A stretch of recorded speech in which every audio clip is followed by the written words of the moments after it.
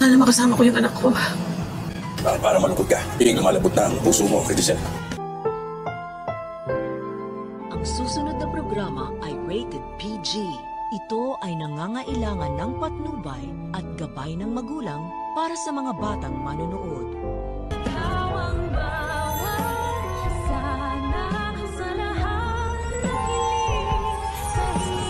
Bakit si Carlos ang tatawagan niya? Hindi naman sila magkaano-ano ah. Bakit gusto si Doc Carlos?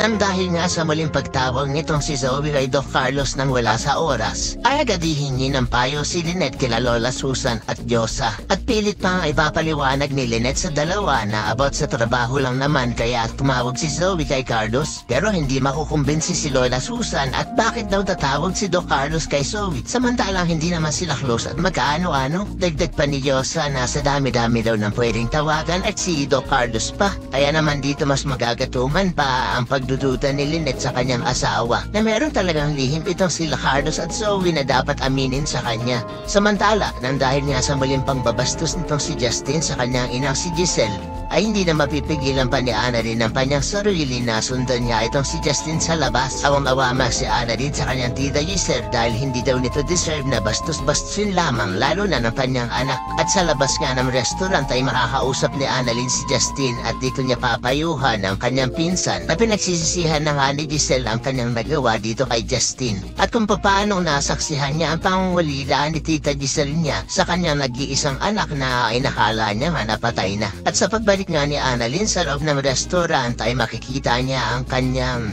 tita Giselle na patuloy sa pag-iyak.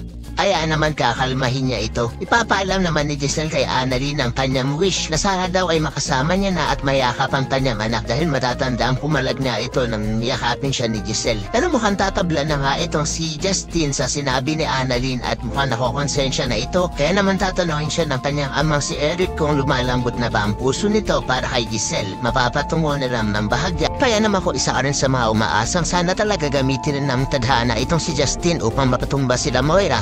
Ay paki-like ang video na ito and don't forget to subscribe. Thanks for watching and see you next time. Bye-bye!